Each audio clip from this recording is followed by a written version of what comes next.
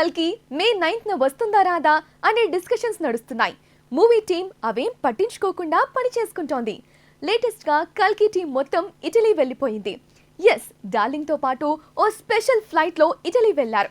వీరితో పాటు హీరోయిన్ దిశా పటాని కూడా ఉంది. అక్కడ ప్రభాస్ దిశాతో ఓ హాట్ డ్యూయట్ షూట్ చేయబోతున్నారట. ఈ డ్యూయట్ గురించి గతంలోనే వార్తలు వచ్చాయి. ఈ సాంగ్ చాలా రొమాంటిక్ గా ఉంటుందట. ప్రభాస్ ఇప్పటి వరకు ఈ తరహా ఇంటిమేట్ సాంగ్ చేయలేదు అనేలా ఉంటుందని చెప్పుకున్నారు. ఆ పాట కోసమే ఇటలీ వెళ్లారు. మరి 6000 ఏళ్ల కాలంలో సాగే కథ అని దర్శకుడు చెప్పాడు కాబట్టి ఆ అంబియన్స్ తోనే ఈ పాట షూట్ చేయాలి. అందుకే ఇటలీని ఎంచుకున్నారు అనుకోవచ్చు.